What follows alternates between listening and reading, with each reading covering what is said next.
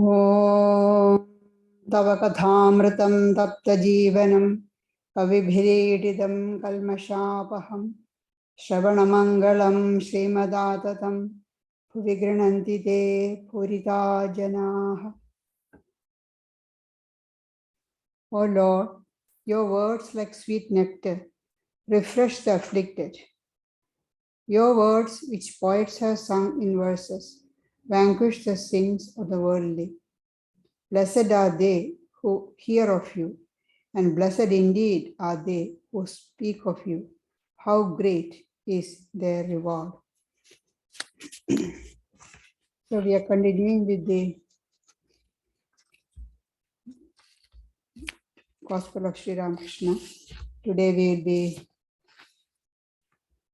be dealing with chapter 23, 15th June 1884. Festival at Suryendra's house. Sri Ramakrishna arrived in the morning at the garden house of Suryandra, one of his beloved householder disciples, in the village of Kakurgachi near Calcutta. Suryandra had invited him and a large number of devotees to a religious festival. Occasions like this were a source of great happiness and rejoicing to the master's devotees. He was then seen at his best. He joined with the others in devotional music and in chanting the names of gods, frequently going into ecstasy. He poured out his entire soul in inspired talk, explaining the various phases of God consciousness. The impressions of such a festival lingered in the minds of all for many days.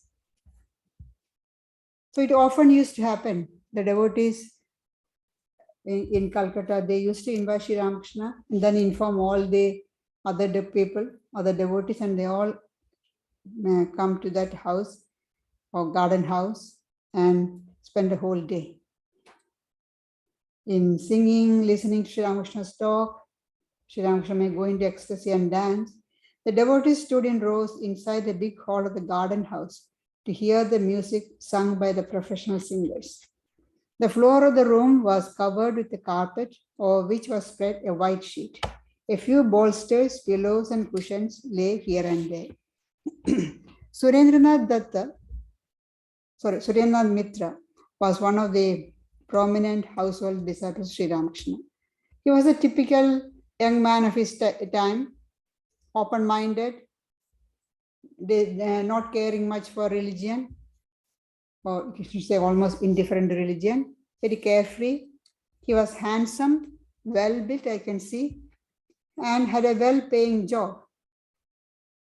Just like all his friends, he was a bohemian, but very frank and extremely generous. He met Sri Ramakrishna most probably in 1880 through another devotee of Sri Ramakrishna, Ramchandra Datta. Because Suryandra, with all his bad habits, he was feeling guilty and hopeless, and then seeking for some help. And Ramchandra Datta mentioned about Sri Ramakrishna and asked him to go. That's how Suryandra came. And later Sri Ramakrishna said that the Divine Mother had shown him in a vision the 4 suppliers of his needs, physical needs, those people who will supply all his needs. And Suryandra was a half supplier. The main one, you can see the first one, Sri Ramakrishna didn't identify all of them, but Madhur Babu is the first one. And then he said Balaram is there. And who are the others, we don't know, but he said Suryandra is half supplier. Suryandra supplied because he had a good job and he could afford to pay. He paid for the expenses of the devotees who stayed in Dakshinesha with Sri Ramakrishna now and then, and arranged for their few bedding and everything. And later, and he was the first one to organize Sri Ramakrishna's birthday celebration in 1881 in Dakshinesha. The first 2 years, he bore all the expense for the celebration, and then later the other devotees also joined, and then he took Sri Ramakrishna to the studio to be photographed. So we can see a picture of Sri Ramakrishna with the studio background, all this, and standing with the handle, with his hands on a pedestal. That's taken in the studio. Sri Ramakrishna was taken, and photography was new at that time, and Sri Ramakrishna was very keen to know how it worked. So they explained, and then he often used to speak about give the photography plate as an example. And he used to say, if you put the black solution on the glass, the images will stay.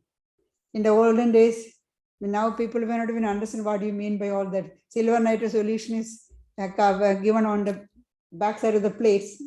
Only then the images will stay.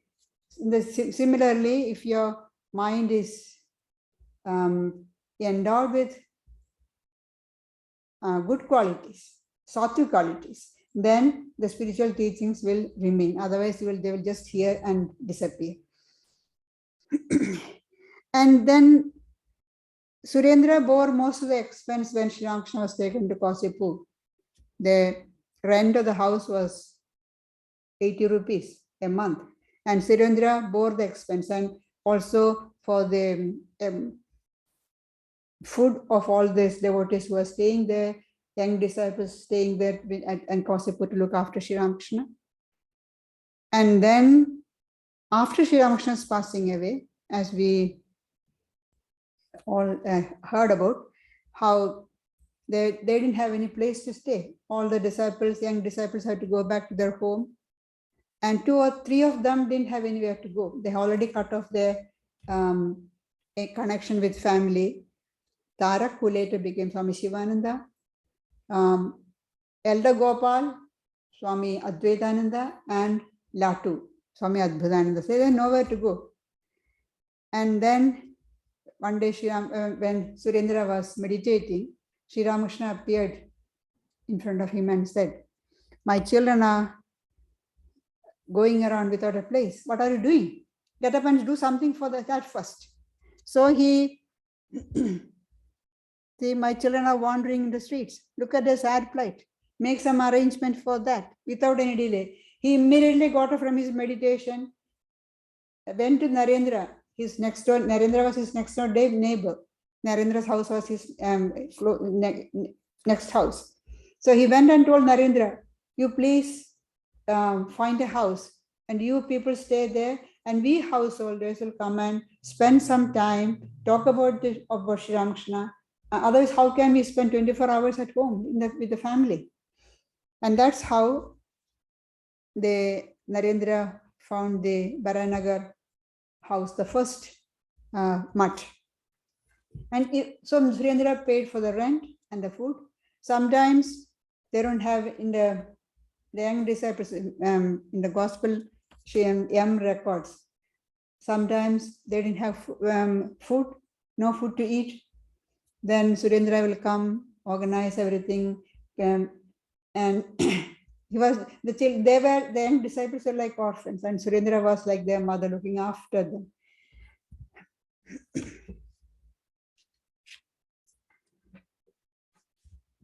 So he said often he had invited Sri Ramakrishna to his house few times. This is just one of the visits that we are describing here. The musicians were singing of the episode in the life of Sri Krishna, especially associated with his divine love for the gopis of Vrindavan. This was a theme which always appealed to the master and would throw him into ecstatic moods. It's all about singing, that we don't want to go through that. As the music came to a close, the master led the chorus. All chanted together to the accompaniment of drums and cymbals, "Victory to Radha and Krishna. Hallowed be the names of Radha and Krishna." The devotees felt a surge of divine emotion and danced around the master. He too danced in ecstasy of joy. After the music, the master sat with the devotees. Just then, Niranjan arrived and prostrated himself before him. Niranjan is one of the young disciples who later became Swami Niranjanananda. At the very sight of this beloved disciple, the master stood up with beaming eyes and smiling face and said, "You have come too," to M. "You see, this boy is absolutely guileless. One cannot be guileless without a great deal of spiritual discipline in previous births. A hypocritical and calculating mind can never attain God. To realize God, to attain God, one has to be guileless. Don't you see that God incarnates himself only in a family where innocence exists? How guileless Dasharatha was. So was Nanda, Krishna's father. And we know Sri Ramakrishna's parents also absolutely guileless. And especially his mother, Sri Ramakrishna himself says how guileless or simple his mother was. To Niranjan, I feel as if a dark veil has covered your face. It is because you have accepted a job in an office. One must keep accounts there.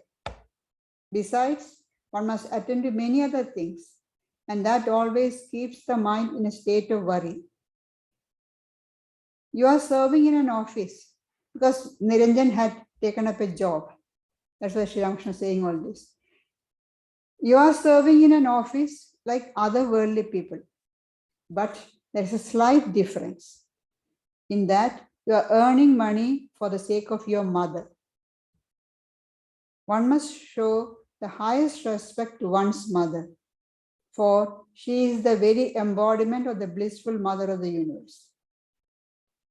If he had accepted the job for the sake of wife and children, I should have said, "Fie upon you, shame, 1,000 shames." Because these young disciples, Sri Ramakrishna knew they were his chosen one who was to spread his message. And Niranjan especially is one of the Ishvara Sri Ramakrishna's earmarked as mentioned as Ishvara. But he has taken the job for the sake of his widowed mother. So that's all right, because you must always respect your mother.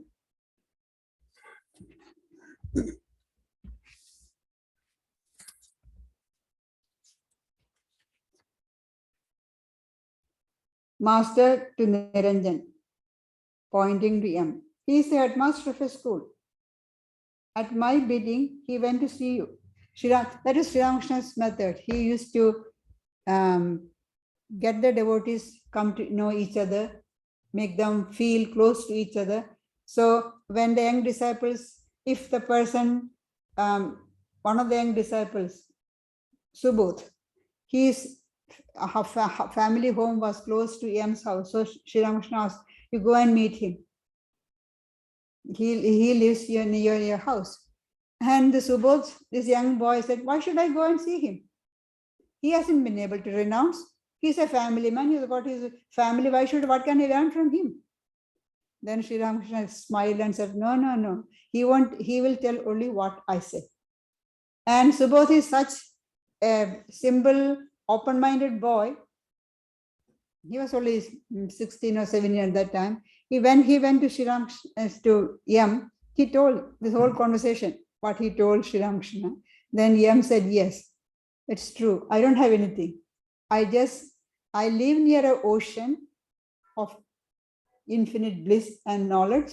And I keep a few pictures of that water. And whenever any visitor comes, I serve a little bit of that water only." So that here, Sri Ramakrishna asked M to go and meet Niranjan. Then they had, after all the singing and bhajan, the lunch was served. Sri Ramakrishna and the devotees enjoyed the meal greatly. After 2 o'clock in the afternoon, Pratap Chandra Majumdar of the Brahma Samaj arrived. He was a co-worker of Keshav Chandra Sen and had been to Europe and America in connection with the Brahma missionary work. He greeted Sri Ramakrishna and the master too bowed before him with his usual modesty. They were soon engaged in conversation. Pratapchandra Majumdar, he was a great orator, writer, and he represented the Brahma Samaj at the Parliament of Religion. You can see in the group photo of when they show Swamiji, Swami Vivekananda, there you can see Pratapchandra Majumdar. In the quarterly, theistic quarterly review of October 79, and in an article titled Paramahamsa Ramakrishna, Pratapchandra Majumdar wrote about Sri Ramakrishna. What is there in common between him and me? I, a Europeanized, civilized, self-centered, semi-skeptical, so-called educated reasoner, and he, a poor, illiterate, unpolished, half-idolatrous, friendless Hindu devotee. What is common between the two? Why should I sit long hours to attend to him? I, who have listened to Disraeli and Fawcett, Stanley and Max Muller, and a whole host of European scholars and divines.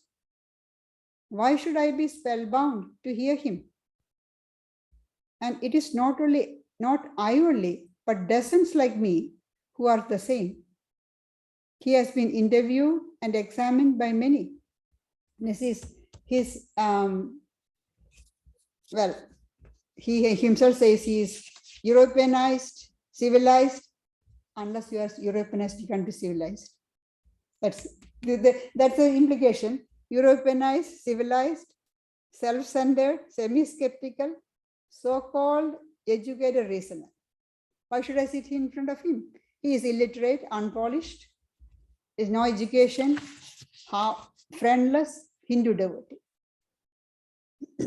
Sri Ramakrishna's attraction was so much that he used to visit with Keshavchandra Sen. As in the last chapter, we saw Sri Ramakrishna saying how Keshava and his party came to see him, and they spent long time. And in the evening, late in the evening, it was time for almost 10 o'clock. Pratapchandra Majumdar said, we will spend the night here. Then Keshav said, no, I have got work, I have to go back. And Sri Ramakrishna immediately asked, can't you sleep without the smell of the fish basket? So that's the Pratapchandra Majumdar. Now he has come here to meet Sri Ramakrishna. He had been to Europe and America in connection with the Brahma missionary work. The conversation, they talked about Keshav and then all that. Then the conversation turned to a certain Maratha lady, Pratap. Some women of our country have been to England. This Maratha lady, who is very scholarly, also visited England. Later, she embraced Christianity. Have you heard her name, sir? Her name is Ramabai. So it was at that time it's a group. It was very popular and the American all that Ramabai circles they call. Master, no. But from what you say, it seems to me that she has a desire for name and form.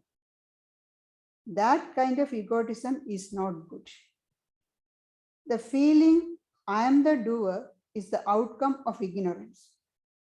But the feeling that God does everything is due to knowledge. God alone is the doer. All others are mere instruments in his hands. See, egotism is a big obstacle on the spiritual path.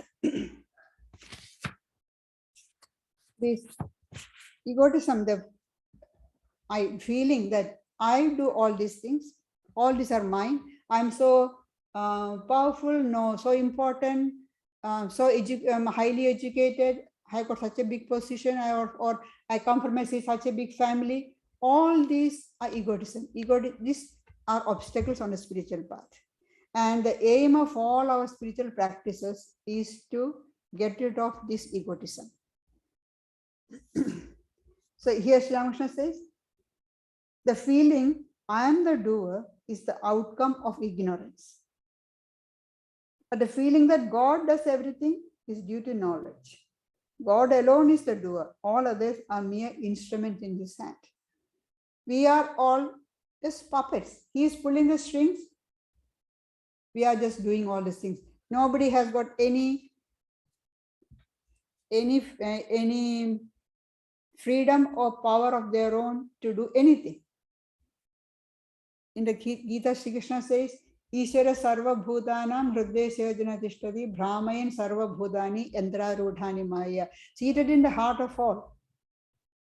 I make them go round and round, just like mounted on a machine. If on a machine, or if you have some sort of doll and you rotate, it will go round and round. And if the doll thinks I'm going by my own power, my own strength, of my own accord, it's foolish. We are just like that. The moment that divine within us leaves the body, what are we? The family will try to get rid of us as early as possible, as quickly as possible. They don't want to keep us anymore. Because that divine is within us, we are valuable, we are important, we have got everything. But we in our ignorance think, we are so great, and think that we are doing everything. And that's the whole aim of all spiritual practices is to get rid of this egotism, this ego, the feeling of I. So once somebody asked Sri Ramakrishna, when will I realize God? Sri Ramakrishna says, I will realize God when I dies. I within inverted commas. The I means the egotism. When the egotism is gone, all the troubles come to an end. And egotism is through Maya. Girish Chandra Ghosh, in a very humorous way, says, Maya through its net to catch people. Everybody is caught in the net of Maya. We are all caught in the net of Maya. The feeling that I, we have all got the feeling. Except in Girish's idea, only two people escaped the net of Maya. One is Swami Vivekananda, and the other is Nagamahasya, the household disciple of Sri Ramakrishna. Nagamahasya's ego became so small that it escaped through the measures of the Maya, of the net. And Swami Vivekananda's ego became so huge that Maya's net could not contain him. His ego became so vast, it encompassed the whole universe. Then, when we have the feeling that God is the doer, I am an instrument, then there is no more ego. God is doing everything. That feeling comes. That is why Sri Ramakrishna was fond of the one song. Mother, you are the doer. People, you do your work, and people think that they are doing themselves.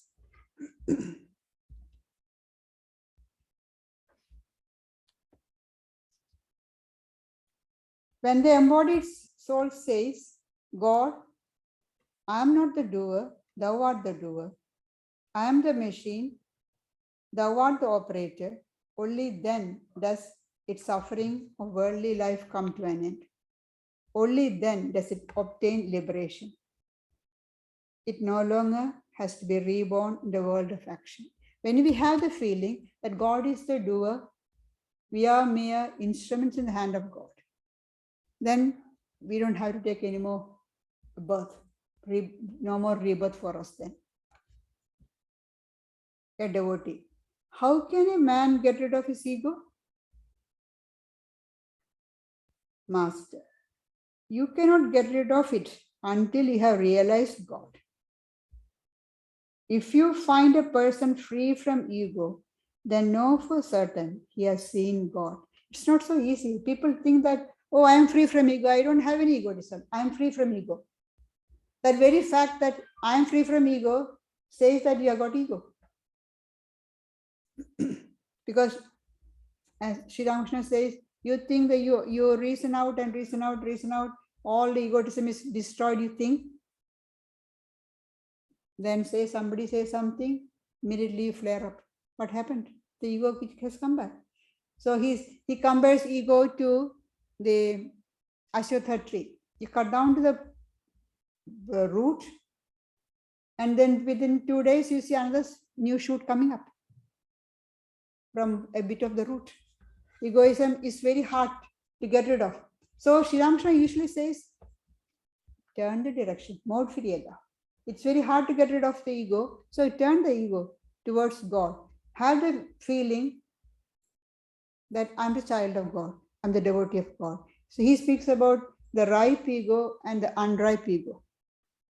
The unripe ego is the feeling that I'm so powerful, I'm so famous, I'm so great. All this I'm doing all these great things. But the ripe ego is God is doing all these things to me. I'm a devotee of God. And he says, if you want to be proud that you are a child of God. You be proud that you are a devotee of God. So turn all your emotions towards God. You cannot get rid of ego until you have realized God. So if you find anybody completely free from ego, then you can be sure that that person has realized God. Devotee. What serve as the signs of God vision? Master. Yes, there are such signs. It is said in the Bhagavatam that a man who has seen God behaves sometimes like a child, sometimes like a ghoul, sometimes like an inert thing, and sometimes like a madman. A person, one who has realized God, seen God, behaves sometimes like a child, sometimes like a ghoul, sometimes like an inert thing, and sometimes like a madman. Sri Ramakrishna elaborates on that. A man who has seen God becomes like a child. He is beyond the three gunas. He is unattached to any one of them. Beyond the three gunas, sattva, rajas, and tamas, free from them. So the child is like that. He behaves like a ghoul, for he maintains the same attitude towards things holy and unholy. He doesn't distinguish between holy and unholy. Sri Ramakrishna gives an example.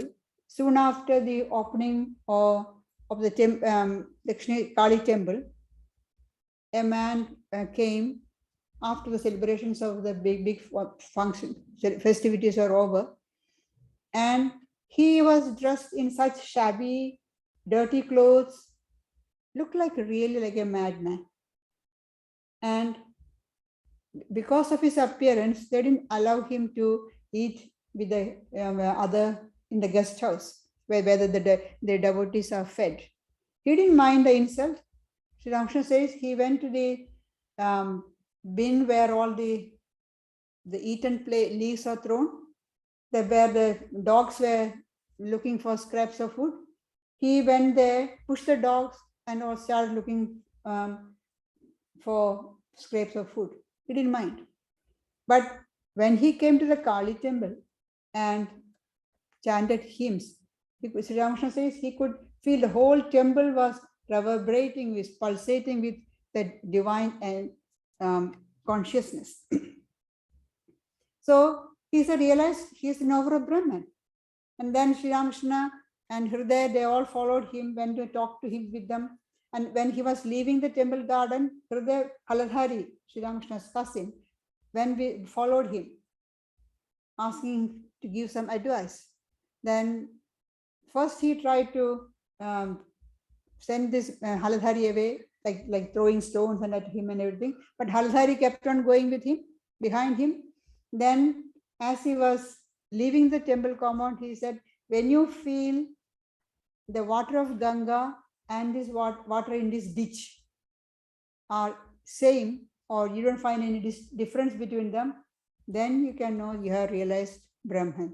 That is why Sri Ramakrishna says here, he behaves like a ghoul. He maintains the same attitude towards things holy and unholy. There's no difference because they don't see anything unholy. Everything is, they're perceiving pervaded with Brahman consciousness. There's nothing unholy there. Again, like a madman, he sometimes laughs and sometimes weeps. No wait for any particular reason. Now he dresses himself like a dainty, and the next moment he goes entirely naked and roams about with his cloth under his arm. Therefore, he seems to be lunatic. People think he has gone completely mad. Ordinary sane people don't do that. Again, at times, he sits motionless, like an inert thing. These are some of the signs of a person who has realized God. Devotee. Does the ego disappear altogether after the realization of God? Master. Yes. Sometimes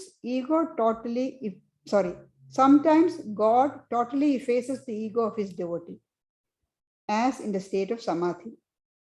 But in many cases, he keeps a trace of ego, but that doesn't injure anybody. In most cases, there is a bit of ego remains. In some cases, in rare cases, the ego is completely effaced, but in most cases, a little of ego is kept even after God realization. Like Sri Ramakrishna says, Shankaracharya kept the ego of knowledge to help people, to teach people.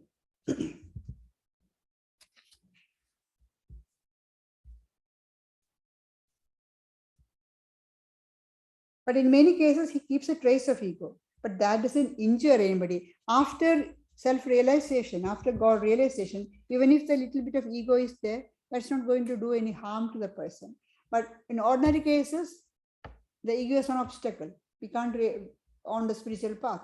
But once you realize God, a little bit of ego is not going to do any harm.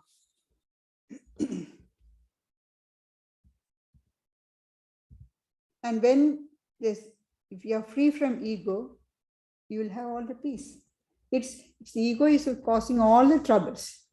So Swami Suryandra says, the more you will be free, you will be free yourself from egotism and become his instrument, the more you will realize peace. The more you will feel that God is the only doer and not you, more your heart will be filled with peace.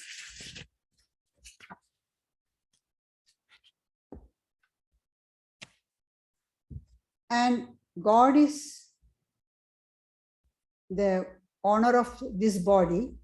God is seated in the body. But what we have done is, we have pushed the Lord out and kept the worthless servant on the seat. The worthless servant ego. So all the trouble. The worthless servant doesn't know how to manage things, how to run the show. No. As long as the worthless servant is there, we have all this trouble will be there. So we have to get rid of that. Drive out the ego and re-establish the real Lord, the King, on his seat.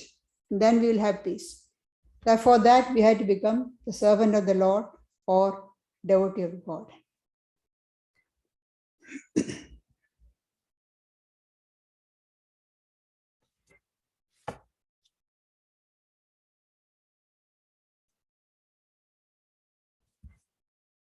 Does the ego, that question is continuing. Does the ego disappear altogether? Sri Ramakrishna is continuing with that. In some cases, he keeps a trace of ego, but that doesn't injure anybody. That's like the ego of the child. A 5-year-old child, no doubt, says I, but that ego doesn't harm anybody. Sri Ramakrishna says, the child has got a new cloth, and you ask the child, will you give it to me? The child will say, no, my daddy give it to me, I won't give you. And then a few minutes later, another person comes and gives some fancy toy.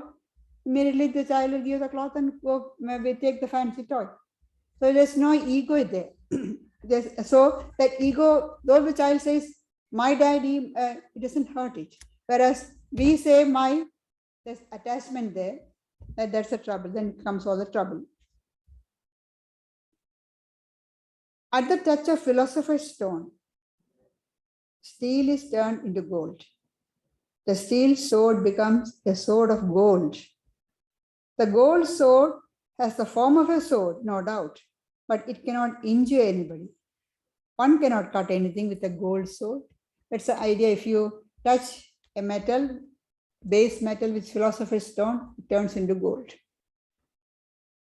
Now, iron sword, steel sword, you need to cut, but you can use it for killing people, but not a steel sword, gold sword. When you touch the feet of God, then you become like the gold sword. The ego does not harm anything. To Pratap, you have been to England. Tell us what you saw there. Pratap, the English people worship what you call gold. Of course, there are also some good people in England, those who live an unattached life. But generally, one finds there a great display of rajas in everything. I saw the same thing in America. Master to Pratap, it is not in England alone that one sees attachment to worldly things. You see it everywhere. Why in England or America? It sees everywhere. Attachment to worldly things, wherever in the world people are there, it's there. You see it everywhere. But remember that work is only the first step in spiritual life. God cannot be realized without sattva. And what is the signs of sattva? Love, discrimination, that is discernment, kindness, and so on. It is the very nature of rajas to involve a man in many worldly activities.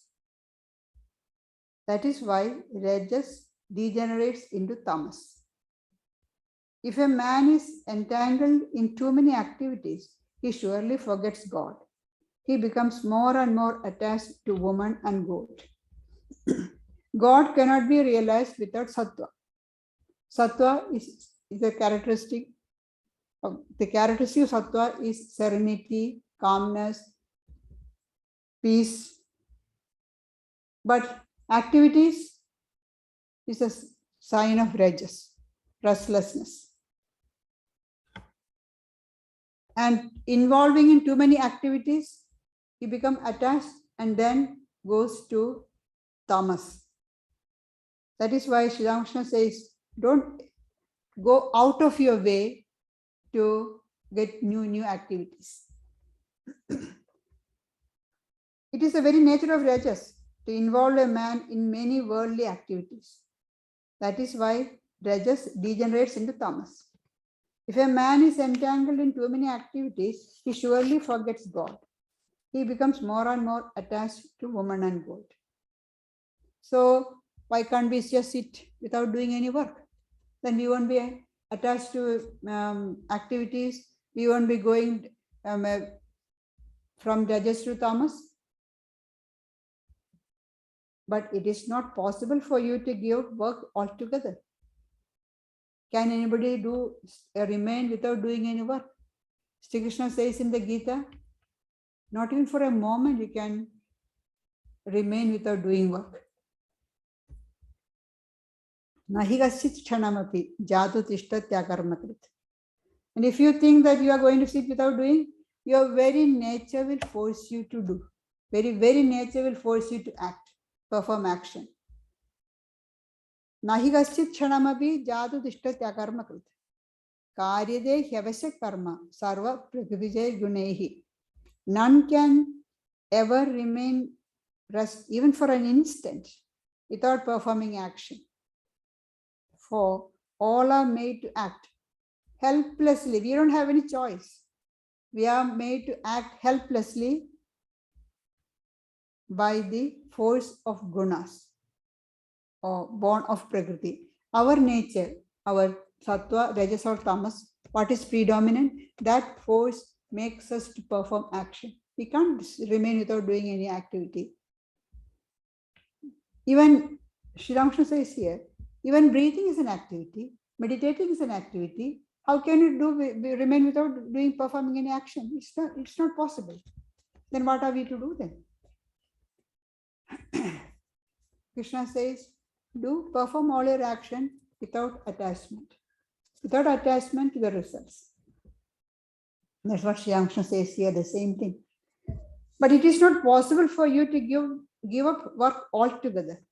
Your very nature will lead you to it, whether you like it or not, whether you want to perform action or not. Your very nature will force you to do it. In the Gita, we see Arjuna didn't want to fight the battle, he wanted to go away. And imagine if he had gone to the forest to lead an ascetic life, he would have built a kingdom there, in the forest, that's all. The forest would have turned to another kingdom. Because his nature is that. He is a born a Kshatriya. He cannot escape from his nature. Your very nature will lead you to it, whether you like it or not. Therefore, the scriptures ask you to work in a detached spirit. That is to say, not to crave the work's results. Perform the action, but don't look for the results. So in the Gita, Sri Krishna says, you have got the right to action only, not to the results. You perform the action, the result is sure to come, but you don't have to worry about it. Don't think about the result. Don't keeping the idea of the results in front, don't perform action. Because it is to be done, you do it. The results will come, but don't be attached to the results. Therefore, the scriptures ask you to work in a detached spirit. That is to say, not to crave the work's results. For example, you may perform devotion and worship and practice austerities. But your aim is not to earn people's recognition or to increase your merit. That is without looking for the results. Some people do worship, go to the temple, perform some special worship and everything, and then let everybody know, I have done this. So you are attached to the results. But you just do it. That is why in the teachings of Jesus, he says, when you pray, go into your cell, shut the door, and then call on God, call on your Father in heaven in secret, without showing. He says there are people, hypocrites, who stand in the street corner and pray to show everybody.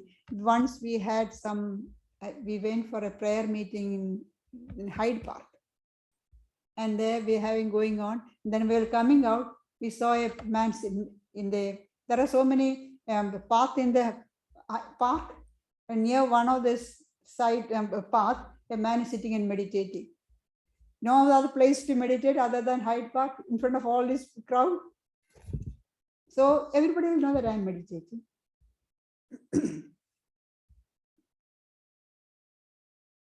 That should not be the way.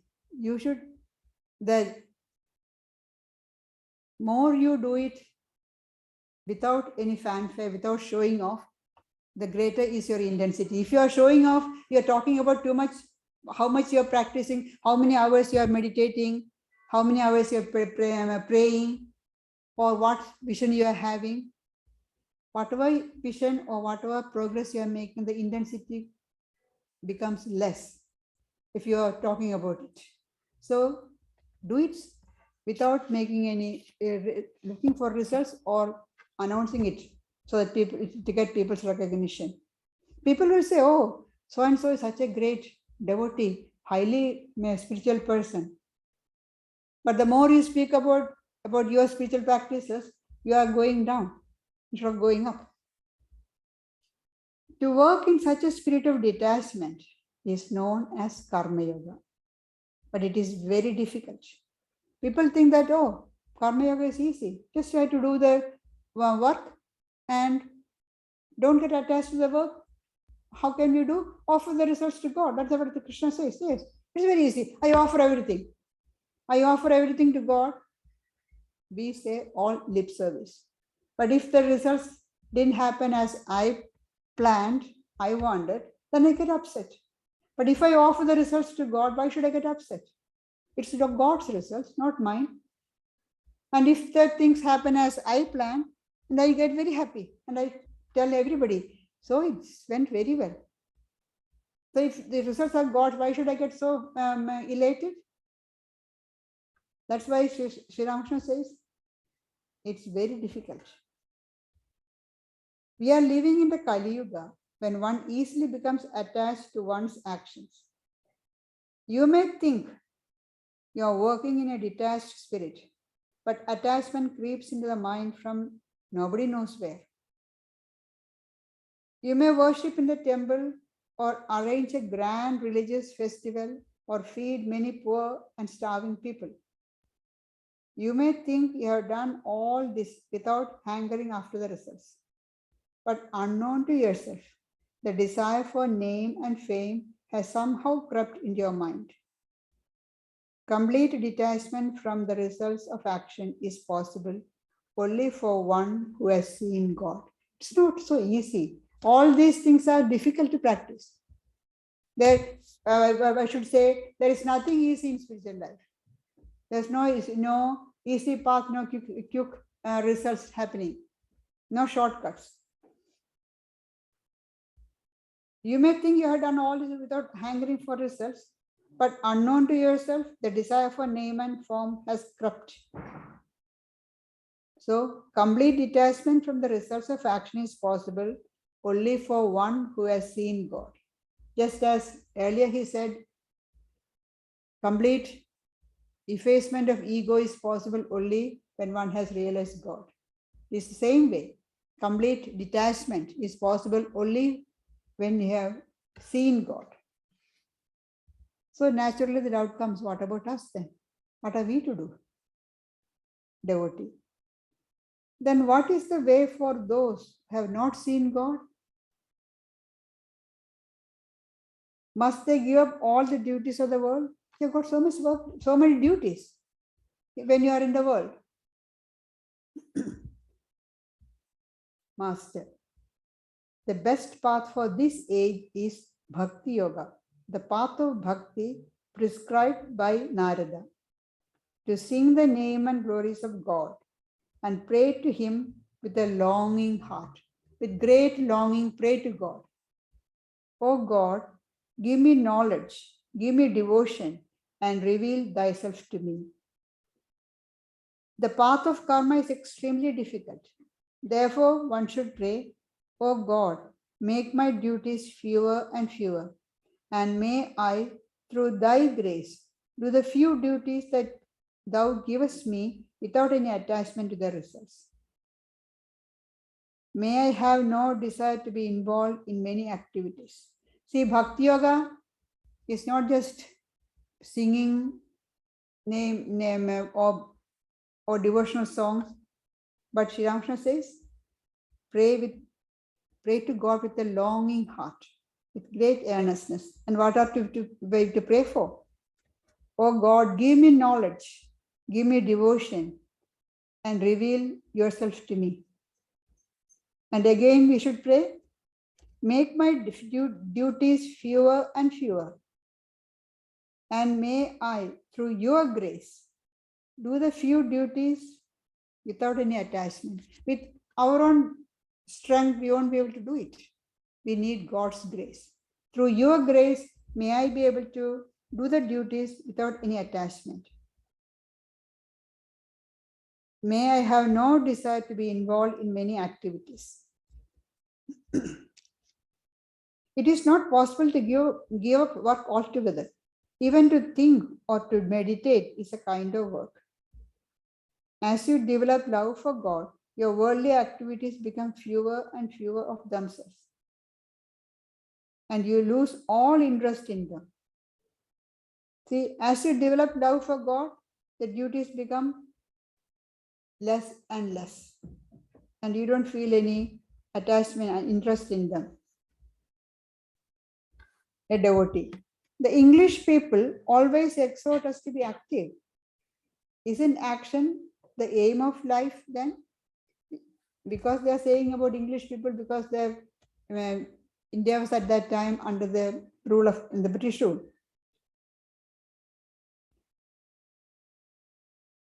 So isn't action the aim of life then?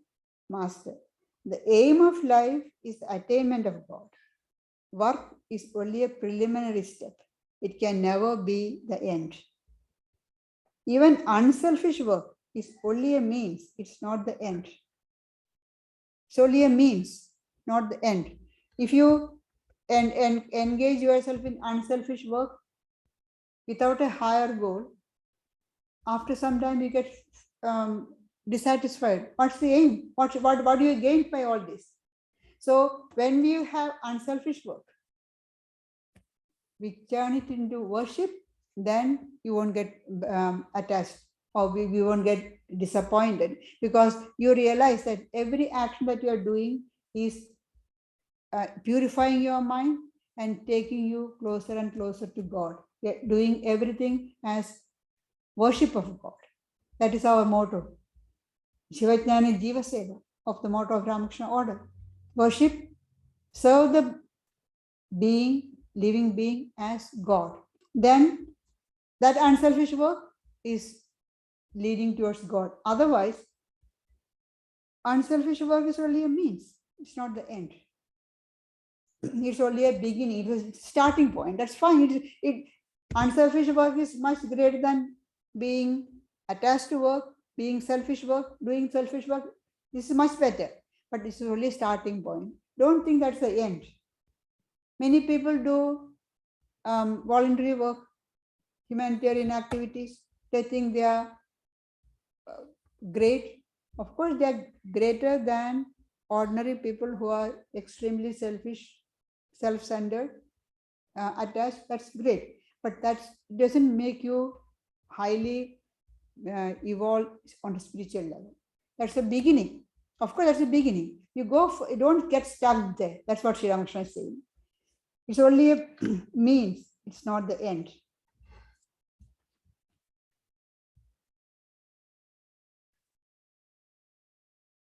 Shambhu Malik once said to me, "Please bless me, sir, that I may spend all my money for good purposes, such as building hospitals and dispensaries, making roads and digging wells."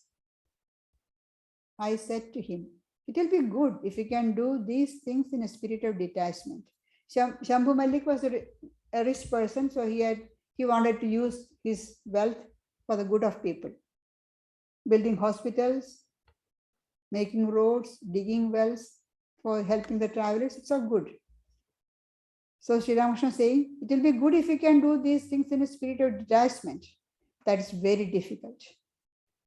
Whatever you may do, you must always remember that the aim of this life of yours is the attainment of God, not the building of hospitals and dispensaries.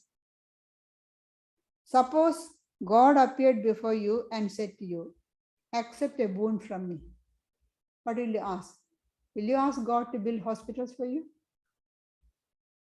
Would you then ask him, "Oh God, build me some hospitals and dispensaries"? Or would you not rather pray to him, "Oh God, may I have pure love for your lotus feet. May I have your uninterrupted vision"? Hospitals, dispensaries, and all such things are unreal. God alone is real, and all else is unreal.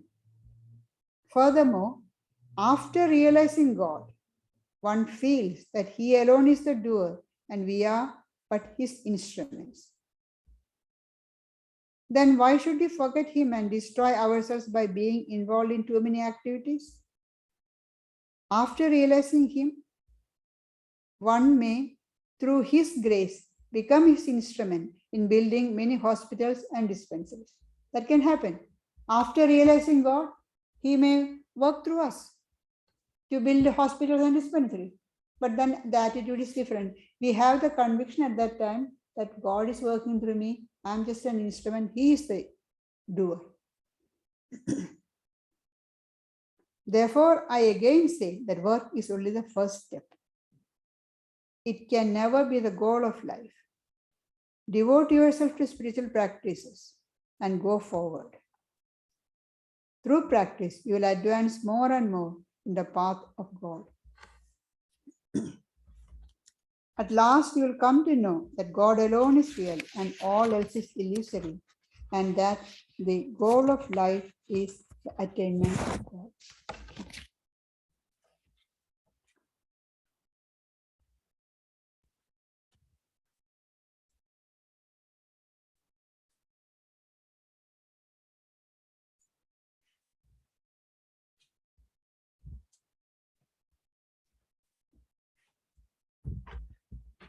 We have the weekly yoga class this Thursday morning from 10 a.m. We have the fortnightly spiritual discussion this Friday night led by Gayatriprana. And next Sunday, we have the monthly Raja Yoga talk to be given by Gayatriprana, and that's followed by a discussion. So thanks for joining us in person. Thanks to those joining us via Zoom. We've recorded this. It'll go up onto YouTube later, to Vedanta Society New South Wales YouTube channel. Got donation plate there, donation box up the back. And we'll conclude now by listening to a guided meditation by Rev.Pravrajika Ajayaprana Mataji. So, as Mataji used to say, sit up straight and close your eyes. And we'll start that.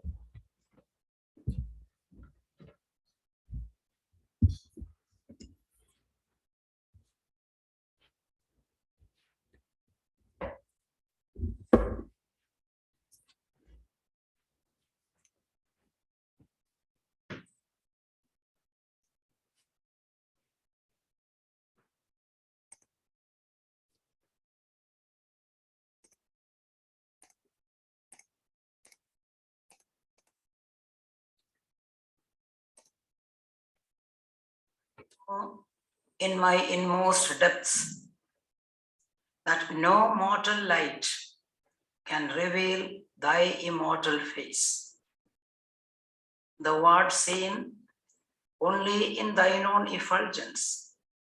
Yet, with yearning hope in my heart, I keep my little altar lamp day and night, burning, burning. O Lord, thou art my resting place and only protection. May I never lose my vision of thee. May I never give way to sorrow or despondency. May I remain undaunted and unfaltering in my spiritual life. O thou supreme reality, master and ruler of the universe, soul of all souls, I lift my heart to thee as I offer myself at your sacred altar for a few seconds in silence. Please be gracious enough to accept my humble offering. Fill my being with spiritual blessings. May the baser instincts within me be transformed into sublime, pure aspirations at thy benign touch. May thy blessed presence kindle within me a more fervent flame of love and adoration. May my heart be filled with thy divine essence, and may my understanding be unfolded, so that I be filled with thy spiritual illumination. Words are more powerful than deeds, and thoughts are more powerful than words. As things grow subtler and subtler in nature, they grow stronger and stronger. The mind is made stronger by the cultivation of honest humility, sincere purity, and noble faith in oneself and God. When the heart is filled with discrimination, right feeling, and noble aspirations, the mind becomes lighter and transparently pure. Then lifting that mind to the feet of the Lord of all creation becomes an easy matter. Let us close our eyes and examine our inner world. When we look within, it's all dark and looks gloomy. Let us wait and look on more closely, shutting all the doors of perception and action. Let us try to concentrate on our spiritual heart. There's only darkness. But when we look with attention and faith, and we see in the center of the dark chamber of the heart, a tiny speck of brilliance, like a tiny star glimmering in the far-off sky. As we focus our attention more on that, we find the speck of light becoming slowly, very, very slowly, larger and brighter. It has now become a tiny ball of silver color,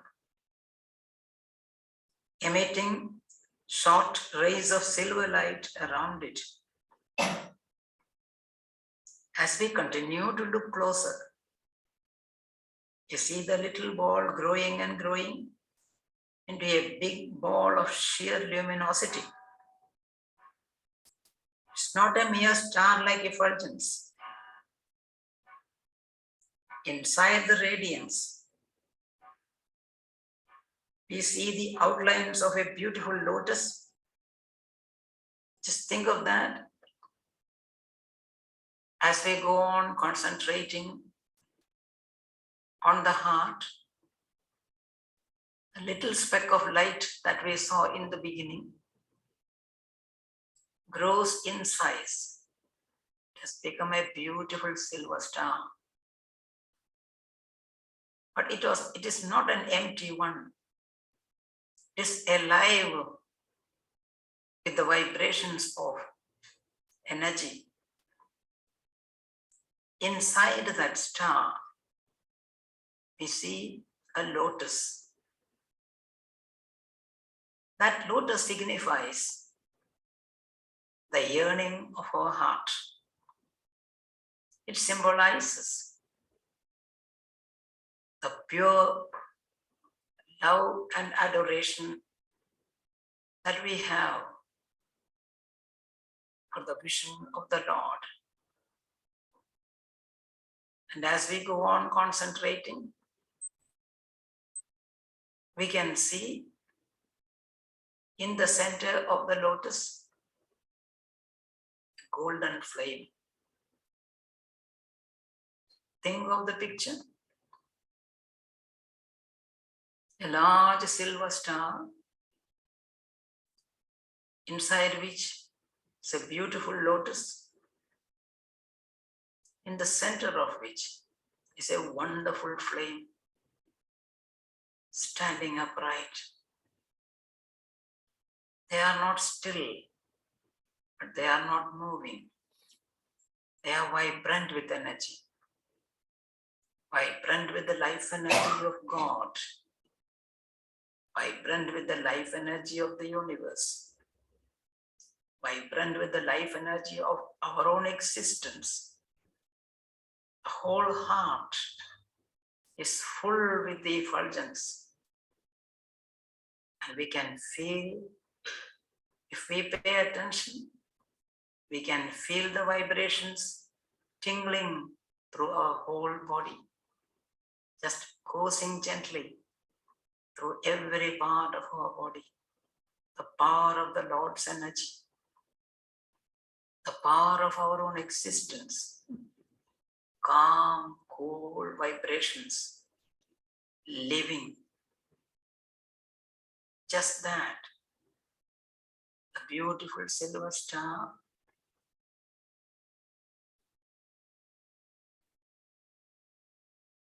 the lotus, and in the center,